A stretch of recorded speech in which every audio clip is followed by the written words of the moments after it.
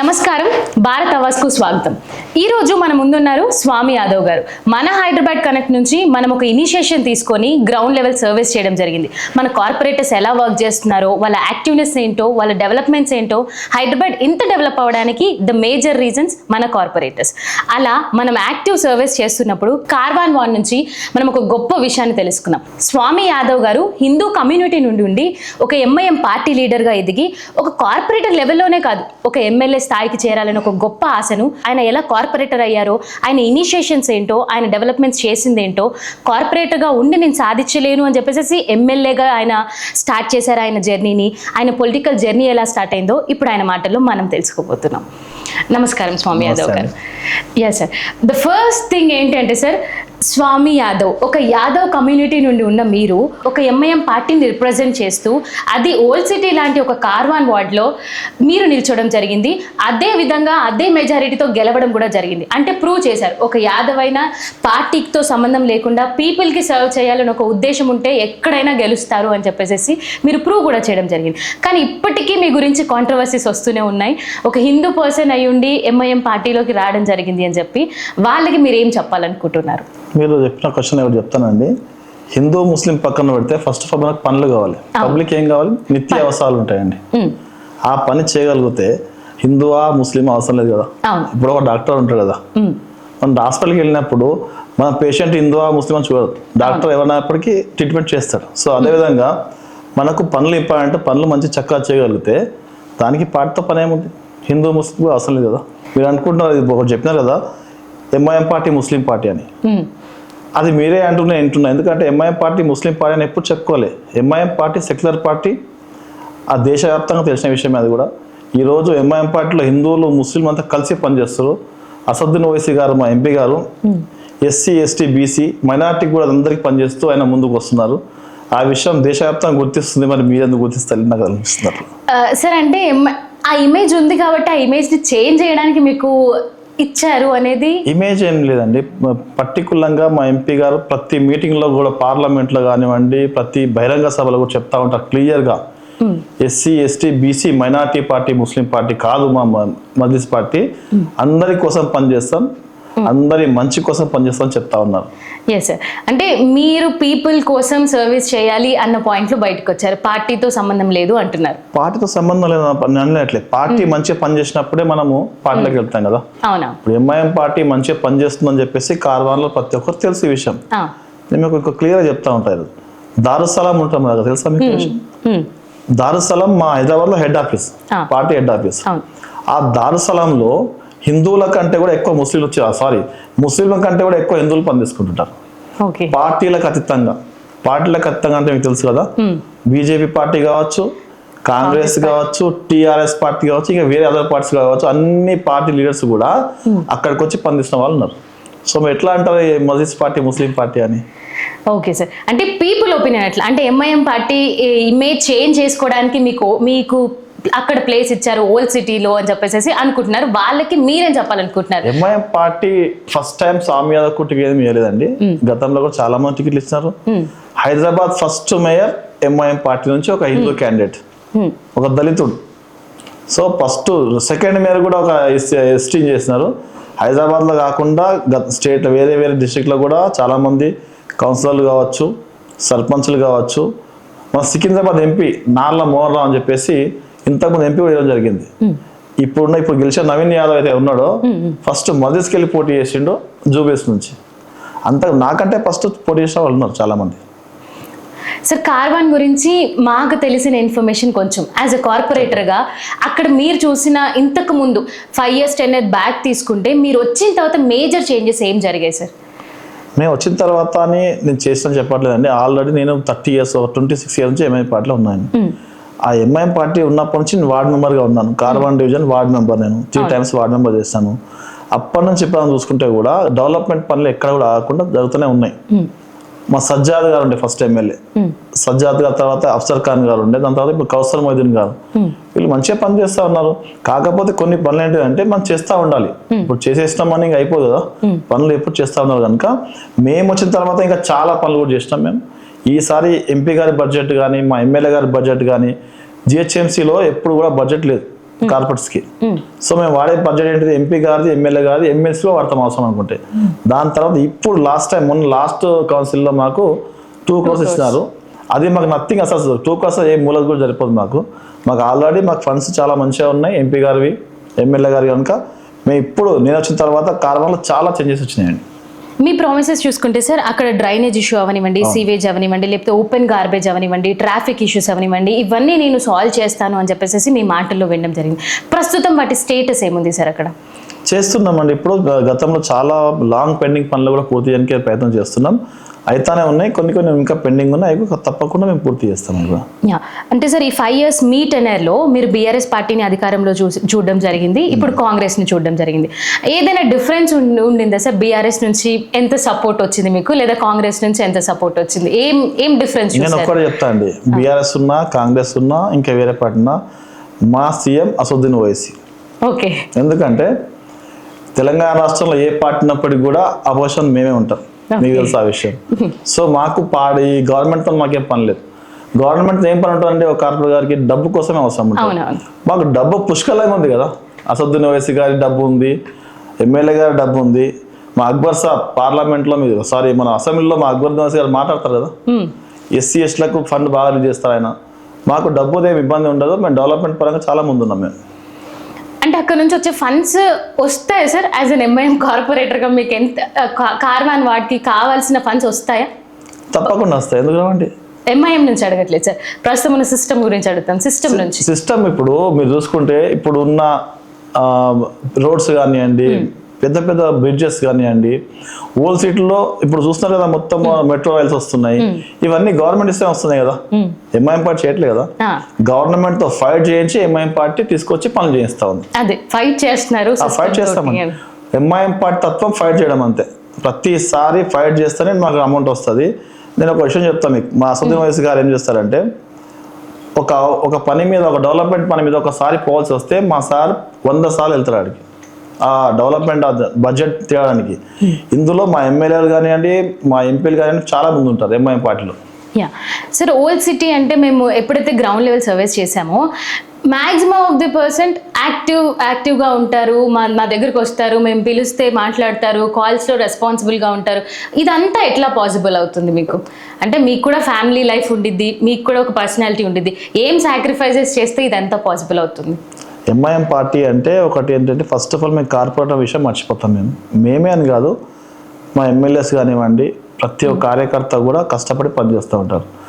ఒక రాత్రి పూట ఒక సమస్య వచ్చిందంటే మనం ఎవరికో ఫోన్ చేస్తే వాళ్ళు వెళ్తారో తెలియదు మనకు. సో మేమే పర్సనల్గా వెళ్తాం. ఇది ఇక్కడ నుంచి ఇప్పటి నుంచి కాదు, ఎంఐఎం పార్టీ స్టార్ట్ అయినప్పటి నుంచి చేసిన అలవాటు పార్టీది. సో నాకే కాదు, ప్రతి ఒక్క కార్పొరేటర్ ఇదే విధంగా పనిచేస్తున్నారు. ఎమ్మెల్యేలు పనిచేస్తున్నారు. పబ్లికే ప్రాబ్లం వచ్చినప్పుడు, ఇప్పుడు అనుకున్న ఫ్లడ్ వచ్చింది, ఒక వర్షం వచ్చింది, చాలా పెద్ద ప్రాబ్లం వచ్చింది. ఇప్పుడు జిహెచ్ఎంసీ వర్కర్ లేరు అక్కడ, వాళ్ళు నమ్ముకుంటే పని కాదు కదండి. మా వార్డు మేము రెస్పాన్సిబిలిటీ కనుక మేమే వెళ్తాం అక్కడికి. వేరే వాళ్ళ గురించి చెప్పట్లేదు, ఓన్లీ మజ్లిస్ పార్టీ గురించి చెప్తున్నాను. మజ్లిస్ పార్టీ, ఎంఐఎం పార్టీ కార్పొరేట్లు ఏదైతే ఉంటారో, కార్యకర్తలు, కార్పొరేట్లు అందరూ కలిసి పనిచేస్తారు. ఆ రోజు ఒకవేళ మేమే దిగి పని చేయాల్సి వస్తే కూడా దిగి పనిచేస్తాం మేము. ఆ సందర్భాలు చాలా ఉన్నాయి, చూసుకోండి మీరు. ఎందుకంటే వర్షం వచ్చినప్పుడు, తుఫాన్లు వచ్చినప్పుడు అందుబాటులో జిహెచ్ఎంసీ వర్కర్ రానప్పుడు టైం పట్టినసరికి కూడా ఆ లోపు కాకుండా మా కార్యకర్తలతో మేము దిగి పనిచేసిన సందర్భాలు ఎన్నో ఉన్నాయి. సార్, అదే ఇనిషియేషన్ తోటి కరోనా టైంలో చూసుకుంటే అందరితో పోలిస్తే మీ యాక్టివ్నెస్ అనేది చాలా చూడడం జరిగింది. అంటే మన స్టేట్ అనే కాదు, వేరే స్టేట్స్ నుంచి వచ్చిన వాళ్ళకు కూడా ఇక్కడ హైదరాబాద్కి వచ్చారు, నా పర్టికులర్ వార్డులో ఉన్నారు, లేదా హైదరాబాద్ రీజన్లో ఉన్నారు కాబట్టి వాళ్ళకి సపోర్ట్ ఉండాలి అని చెప్పి మీ దగ్గర నుంచి ఇనిషియేషన్ చూసాం. వాళ్ళకి హెల్ప్ చేయడంలో, ఫుడ్ పరంగా, లేకపోతే వాళ్ళకి ఒక షెల్టర్ ఇవ్వడం పరంగా. అంటే ఎక్కడి నుంచి ఉంది సార్ ఈ ఇనిషియేషన్? ఎందుకు? అప్పుడు వార్డు అనేం లేదండి, అప్పుడు వార్డు మెంబర్ కాదు, కార్పొరేటర్ కాదు. ఎలక్షన్ కంటే ముందు జరిగిన విషయం ఇది, కారణం మీరు చెప్పేది. అప్పుడు మా పార్టీ తరఫున కాన్స్టిట్యున్సీ వైజ్గా అందరికీ ఆదుకునే ప్రయత్నం జరుగుతూ ఉండే. ఆ సందర్భంలో మన దారుసలాంకి వెళ్ళి కొంచెం మాకు సాయం అందింది. అందరు ఎమ్మెల్యేస్ కానివ్వండి, కార్యకర్తలు కానివ్వండి, అందరు పనిచేస్తూ ఉన్నారు. దాని తర్వాత నా వంతు సాయం నేను కూడా తప్పకుండా చేసిన అందరికీ ఐడెంటిఫై చేయడంలో. అంటే ఇప్పుడు కొంతమంది ఐడెంటిఫై చేయలేము మనం, వాళ్ళు బయటకు వస్తే మనకు అర్థమవుతుంది. ఇక్కడ ఏంటిదంటే మన విజయవాడ కమేలా స్పెషల్ ఏమవుతుందంటే, అక్కడ వేరే రాష్ట్రాల నుంచి వస్తారు లేబర్స్, వాళ్ళు వచ్చేసి ఆ జీవాలను అమ్మేసరికి ఒక వారం పడుతుందండి. ఆ వారం పట్టేలోపు వాళ్ళకు తినడానికి ఇబ్బందిగా ఉంటుంది. సో అప్పుడు లాక్డౌన్ కావడం వాళ్ళంతా లాక్ అయిపోవడము వాళ్ళందరూ బయట తీసుకొచ్చి వాళ్ళకు కూడా మంచిగా సేవ చేయడం జరిగింది. మేము ప్రత్యేకంగా నా వాడని కాదు, కార్వాన్ కాన్స్టిట్యున్సీలో మా ఎమ్మెల్యే గారు ఉన్నారు, మా కౌసర్ మొయిద్దీన్ గారు, మరి మా ఆయనతో పాటు మేము అందరం కూడా కష్టపడడం జరిగింది. సార్ పొలిటికల్ జర్నీ మీది ఇప్పటి నుంచి కాదు, యాజ్ ఎ వార్డ్ మెంబర్గా మీరు చాలా ఇయర్స్ నుంచి పొలిటికల్ జర్నీలో ఉన్నారు. మీ పొలిటికల్లోకి రావడానికి ఎవరు సార్ మీకు ఇన్స్పిరేషన్? పొలిటికల్గా రావడానికి ఇంట్రెస్ట్ అంటే మా ఇంతకుముందు గతంలో అరుణ మేడం అనే కార్పొరేటర్ ఉండండి. Okay. Karwan corporator first Langaraj corporator చేసింది, దాని తర్వాత కార్వాన్ కార్పొరేటర్గా చేసిండ్రు. ఆమెతో పాటు మేము పనుల కోసం వెళ్ళే వాళ్ళము. అప్పుడు ఎంఐఎం పార్టీ పనులు మేము చూసి మేము కూడా అనుకునేవాడిని, ఎంఐఎం పార్టీ అంటే ముస్లిం పార్టీ కదా అనేవి. దీన్ని కూడా చెప్తున్నాం మీకు నేను. దాని తర్వాతనే మేము ఎంఐఎం పార్టీ ముస్లిమ్స్ పార్టీ అని చెప్పాలంటే మనం ముందు దగ్గరికి వెళ్తేనే కదా మనం ఆ వ్యక్తిగత తెలిసేది పార్టీది. వాళ్ళు చేసే పని విధానం కానీ వాళ్ళు మనకు దగ్గర తీసుకున్న విధానం కానీ చాలా బాగా నచ్చింది కనుక అప్పటి నుంచి నేను మా కార్పొరేటర్ గారికి దాని తర్వాత మా ఎమ్మెల్యే గారితో కలిసి పనిచేయడం స్టార్ట్ చేసిన. అప్పుడు నేను చేయని పని కంటే అప్పుడే చాలా పనులు చేస్తాను. అప్పుడు నేను వార్డు మెంబర్ కానప్పటికీ ఒక కార్యకర్తగానే చాలా పనులు చేయడం జరిగింది అప్పుడు. సో అట్లా మనము నాకు కావాల్సిన వాళ్ళకి ఎవరికైనా అవసరం ఉందనుకోండి, ఎంఐఎం పార్టీ పనిచేస్తుంది. అదే వేరే వాళ్ళ పార్టీకి వెళ్ళామనుకోండి, మీరు వెళ్ళండి చూసుకోండి, ఆఫీస్కి వెళ్ళండి, మీకు కార్పొరేటర్ చాలా అయితే కార్పొరేటర్ కలుస్తుంది నాకు తెలియదు, కానీ ఒక కార్యకర్త వస్తాడు, మీకు కాస్త సార్ రేపు కలుస్తాడు, మీ పేరు చెప్పండి, మీ అడ్రస్ చెప్పండి, మేము ఫోన్ చేస్తాం, ఈ విధంగా ఉంటుంది. మా దగ్గర చూసుకోండి, మా ఎంపీ గారు, మా ఎమ్మెల్యేస్, మా ఎంపీస్ అందరు లైన్గా కూర్చుంటారు. ఇట్లా కార్పొరేటర్లు మీకు ఏ సమస్య ఉన్నా నాకు తెలిసి ఒక 10 నిమిషాల్లో మొత్తం పరిష్కారం అయిపోతుంది. ఆ విధంగా పని విధానం నచ్చి మేము రావడం జరిగింది. ఓకే సార్, ఇంత పాజిటివ్నెస్ ఉన్న దాంట్లో కార్వాన్లో ఏదైనా కొంచెం పీపుల్ దగ్గర నుంచి మేము వినింది ఏంటి అని అంటే పబ్లిక్ సేఫ్టీ విషయంకి వచ్చేసరికి కొంచెం మా కార్పొరేటర్ గారు అవనివ్వండి కొంచెం ఇనిషియేషన్ తీసుకొని పబ్లిక్ సేఫ్టీలో ఇంకొంచెం ఆలోచిస్తే బాగుంటుంది అని వినడం జరిగింది.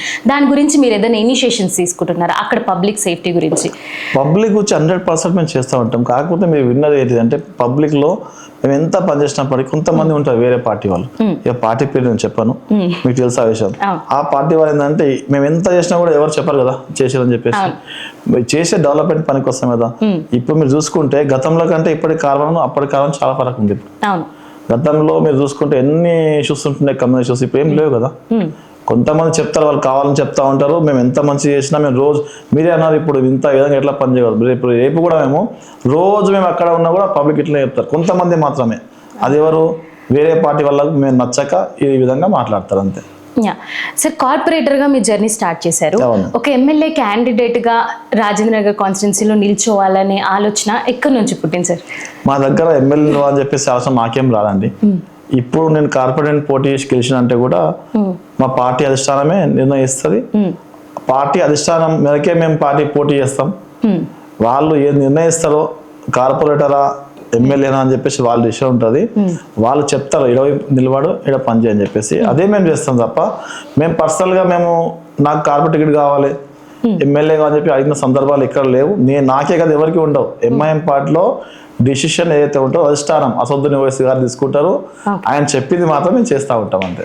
సార్ అసదుద్దీన్ ఓవైసీ గారి సపోర్ట్ ఎట్లా ఉండేది సార్? అంటే మీరు ఏమైనా ఇనిషియేషన్ పెట్టగానే విత్ ఇన్ పీరియడ్ ఆఫ్ టైంలో మీకు అన్ని ఓకేనా, శాంక్షన్ అయిపోతాయా? ఇప్పుడు మీరు చెప్పినట్టు నాకు సిస్టమ్ నుంచి ఫండ్స్ రావు, మా పార్టీ ఫండ్సే మాకు చాలా ఎక్కువ ఉన్నాయి, అక్కడ నుంచి వస్తాయి అని చెప్పేసి వాళ్ళ దగ్గర నుంచి సపోర్ట్ ఎట్లా ఉండిద్ది? మీరు ఏదైనా కార్వాన్ వార్డ్కి ఇది లేదు అనగానే విత్ ఇన్ ఏదైతే టైం పీరియడ్లో ఉండిద్దో ఆ టైం పీరియడ్లో ఫుల్ఫిల్ అవుతాయి? తప్పకుండా ఇట్లా డెవలప్మెంట్లో ఫస్ట్ ఆఫ్ ఆల్ ముందు ఉండేది ఎంఐఎం పార్టీ ఉంటుందండి. ఎందుకంటే మీరు చూసుకోండి, హైదరాబాద్ సిటీలో ఏ పార్టీ కార్పొరేటర్ అయినా మీరు అడగవచ్చు మీరు ఎట్లా ఉంటుందని చెప్పేసి. మా విధానం కొంచెం డిఫరెంట్గా ఉంటుందండి. మాకు ఏ ఫండ్స్ అవసరం ఉన్నాయి, ఇప్పుడు మాకు లిమిట్ ఫండ్స్ ఎమ్మెల్యే గారు ఉన్నారు, ఇంకొంచెం ఎక్కువ కావాలి, ఎమ్మెల్సీ గారు ఉన్నారు, ఇంకొంచెం ఎక్కువ కావాలి, ఎంపీ గారు ఉంటారు. మేము అడిగే పని లేదు, ఆల్రెడీ మేము ఒక మెసేజ్ పెట్టినా కూడా వాళ్ళే మొత్తం చూసుకుంటారు ఆ పని విషయంలో. మేము పర్సనల్గా వెళ్ళి సార్ మాకు అవసరం ఉంది ఇవ్వని ఏం లేదు, మేము ఎంత బాధ్యతగా ఉంటాం అంతగా ఎక్కువ బాధ్యత మా ఎంపీ గారు ఉంటారు. ఎడ్యుకేషన్ పరంగా ఏమైనా ఇనిషియేషన్స్ తీసుకుంటున్నా? తప్పకుండా. ఇంతకుముందు గతంలో కూడా ఇప్పుడు కొన్ని స్కూల్స్ కానీ కాలేజ్ కానీ మైనార్టీ కాలేజ్ కానీ దాని తర్వాత SC ST హాస్టల్స్ కానీ ప్రయత్నం చేసినాం. కొన్ని స్టాండ్స్ కూడా వేసి మా ఎంపీ గారు మన ఓపెనింగ్ కూడా చేసుకున్నారు గతంలో, అవి నడుస్తూ ఉన్నాయి. తప్పకుండా మాకు ఏవైతే కావాలనో ఈ విద్యకు వైద్యానికి ఏదైతే అవసరం ఉంటే హాస్పిటల్స్ కానివ్వండి, స్కూల్స్ కానివ్వండి, ఈ విధంగా మేము నడుస్తున్నాయి కార్వాన్ల పనులు ఇప్పుడు ఆల్రెడీ. ఇంకా హాస్పిటల్స్ గురించి చూసుకుంటే చాలా బెటర్గా ఇంప్రూవ్ చేసుకోవాలి. మేము ఇప్పుడు పన్నీపుర కానివ్వండి చూసి వచ్చు కదా, పన్నీపుర కార్వాన్ చాలా ఉన్నాయి, పెద్ద పెద్ద హాస్పిటల్, గోల్కొండ ఏరియా హాస్పిటల్. అవును సో మాకు దాదాపుగా చాలా మంది ఉస్మానియా గాంధీకి వెళ్తూ ఉంటారు. అవునవును. మా కార్వాన్లోనే మాకు పెద్ద పెద్ద హాస్పిటల్ అవి పెద్ద వైద్యం ఏదైతే అంతుందో అక్కడ సేమ్ ఇక్కడ అదే వైద్యం అంతా కనుక మా దగ్గర ఇక్కడే వెళ్తారు పబ్లిక్ చాలా. సార్ కార్వాన్ యూత్కి ఏదైనా చెప్పాలి అని అంటే మీరు ఏం చెప్తారు సార్?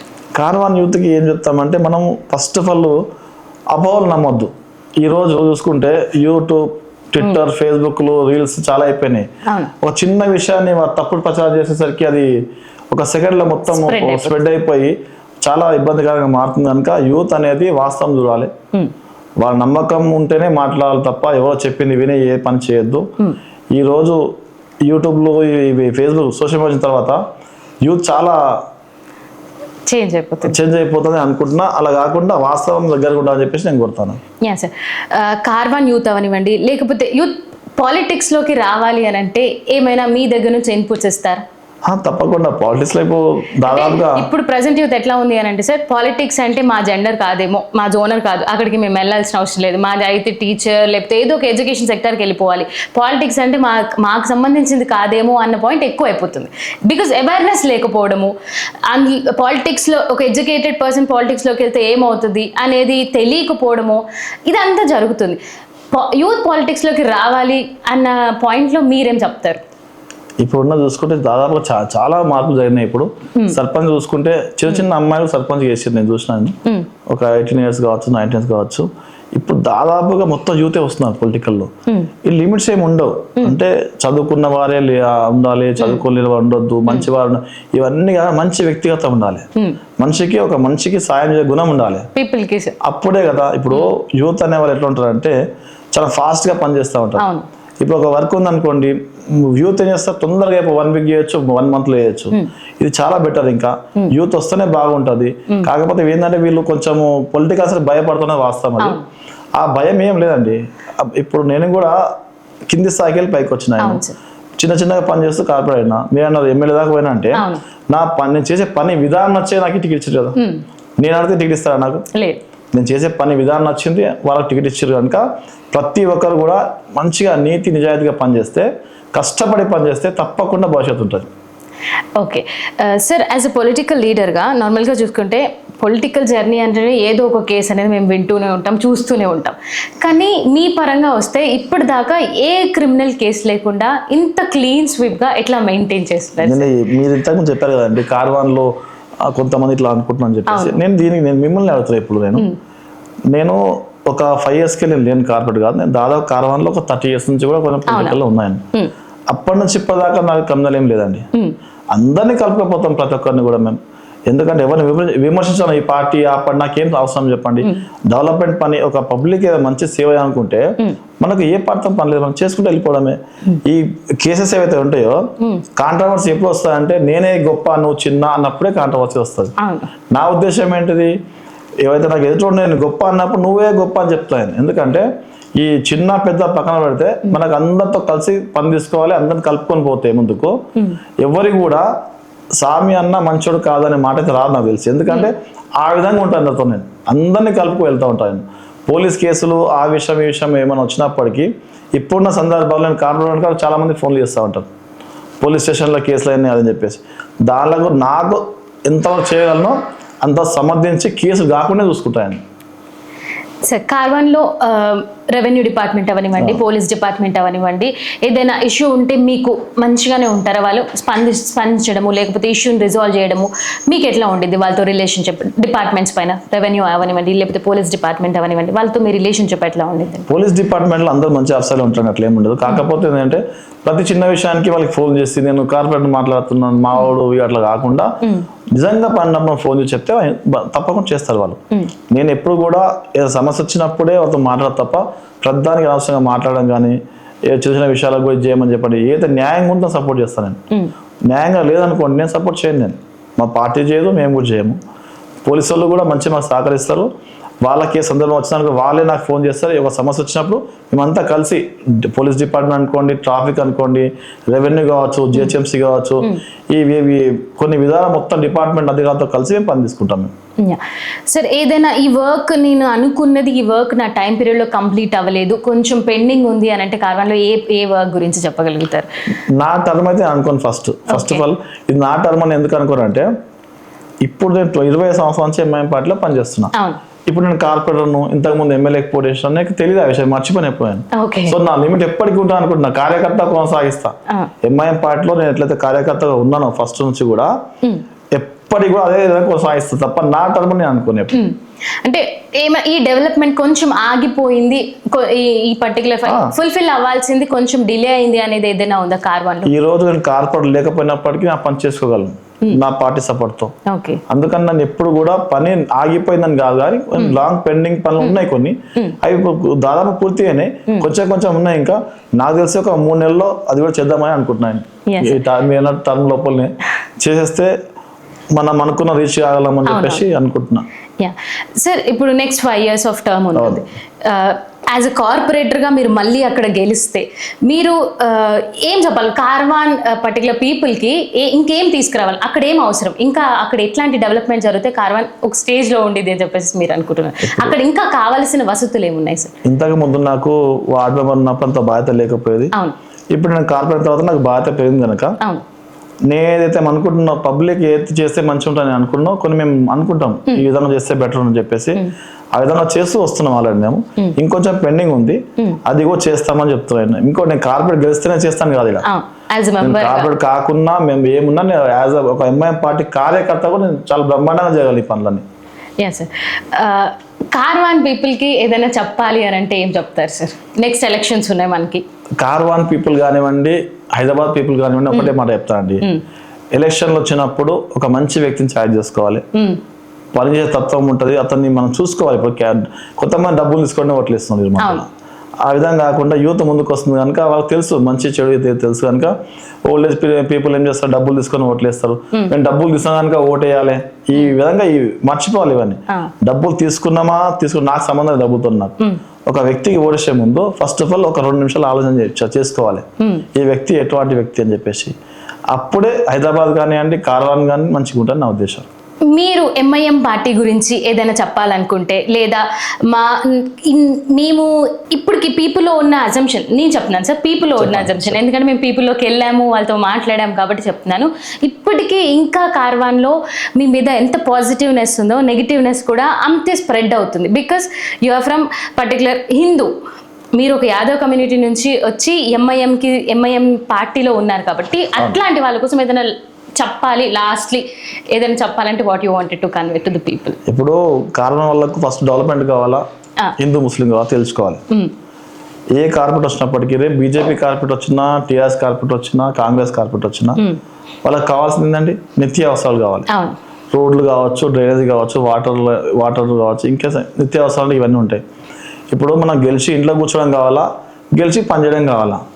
నేను గెలిచినప్పటి నుంచి రోజు నేను తిరుగుతూ ఉంటాను ఏరియాలో. సో ఇప్పుడు వీళ్ళేందంటే కొంతమంది హిందూ ముస్లిం పక్కన పెట్టేసి పనిచేసే వ్యక్తిని ఎంచుకోవాలని నేను అంటున్నాను. హిందూ ముస్లిం అనుకుంటే మనకు అన్నం రాదు కదా, మనకు కావాల్సిన పనులు మనం చేస్తూ కొంతమంది వాళ్ళ అవసరాల కోసం ఏమని చెప్తా ఉంటారు. కొంతమంది లీడర్స్ ఏవైతే మేము కార్పొరేట్ కావాలని కోరిక ఉంటుందో వాళ్ళు ఎలక్షన్ వచ్చే ముందే వస్తారు, ఒక 3 నెలల ముందు వస్తారు. మేము కార్పొరేట్ అయినా కాకపోయినా మేము 25 సంవత్సరాల నుంచి పబ్లిక్లో ఉన్నా కదా, మరి నేను చేస్తూనే ఉన్నా పని. ఎప్పుడు అనుకోలేను ముస్లింలు హిందువులు అని. నేను ముస్లింల బస్సు ఎంత పని చేస్తానో హిందువుల బస్సులో అందుకే పని చేస్తాను. నేను ఒకటే అనుకుంటున్నాను, నేను హిందువా ముస్లిం అని మర్చిపోతున్నా. ఫస్ట్ ఆఫ్ ఆల్ మనం డెవలప్మెంట్ చేయగలుగుతున్నాం లేదా? డెవలప్మెంట్ మనకు ఎందుకు ఓటేస్తారంటే మాకు పబ్లిక్ సర్వీస్ కోసం. ఆ సర్వీస్లో నేను ఇంతకుముందు చెప్పాను మీకు ఎగ్జాంపుల్ ఒకటి. ఎమర్జెన్సీలో ఒక యాక్సిడెంట్ అయితే మన హాస్పిటల్కి వెళ్తే అక్కడ ఒక ముస్లిం డాక్టర్ ఉంటే హిందూ ట్రీట్మెంట్ చేయించుకుంటారు. అప్పుడు అంటాడా నేను ముస్లిం నేను చేస్తే నేను చేయించుకొని చెప్తాడా? కాదు కదా. అది ఎంత అవసరమో ఇది కూడా అంతే అవసరం. సో ఈ విధంగా తీసుకోవాలి మనం. ఎప్పుడు కూడా మన మనసులో హిందూ ముస్లిం భావన తీసేయాలి. ఆల్రెడీ ఎక్కడ లేని భావన మళ్ళీ మీరు కొత్తగా అడుగుతారు ఇప్పుడు. ఎందుకంటే దేశవ్యాప్తంగా మీరు చూసుకోవచ్చు, ఇప్పుడు ఎంఐఎం పార్టీ తరఫున నేను పోతున్నాను ప్రచారం చేయడానికి దేశంలో కూడా. ఎక్కడంటే మీరు ఏ స్టేట్ యూపీ కావచ్చు, రీసెంట్గా బీఆర్ ఎలక్షన్ వచ్చిన అక్కడ సేమ్ క్వశ్చన్ నాకు మొన్న వేసిండు ఒక ఇట్లా. బీఆర్లో కూడా ఎందుకు ముస్లిం ఉన్నావు ముస్లిం పార్టీలో ఉన్నావు అని చెప్పేసి నేను ఒకటే చెప్పిన వాళ్ళకు, ముస్లిం గురించి ఎంతైతే కొట్లాడుతున్నా మా ఎంపీ గారు అసదుద్దీన్ ఓవైసీ గారు, సేమ్ టైం హిందువుల గురించి కూడా కొట్లాడుతున్నాడు, ఎస్సీ ఎస్టీ బీసీ మైనారిటీ కోసం కొట్లాడుతున్నాడు. కనుక దయచేసి అర్థం చేసుకోవాలి. మరొక్కసారి అందరూ చెప్తా ఉన్నా, కార్వాన్ కావచ్చు, హైదరాబాద్ కావచ్చు, అందరూ ఒకటే విషయం చెప్తున్నా, హిందూ ముస్లిం పక్కన పెట్టేసేయండి, డెవలప్మెంట్కే ఓటేయండి. ఓకే సార్, మిమ్మల్ని మళ్ళీ ఒక ఎమ్మెల్యే క్యాండిడేట్గా మేము చూడొచ్చా? ఆ విషయం నేను చెప్పలేనండి, ఎందుకంటే మేము పనిచేసేంత వరకే మేము చేసింది తప్ప డిసిషన్ మా ఎంపీ గారు తీసుకుంటారు. మేము కార్పొరేట్ నిలబడిన ఆయనే చెప్పాలి, ఎమ్మెల్యే ఏదైనా కూడా మా పార్టీ అధిష్టానం చెప్పిన వరకే మేము నడుచుకుంటా ఉంటాం. Yeah, thank you sir, thank you for your time. Thank you madam.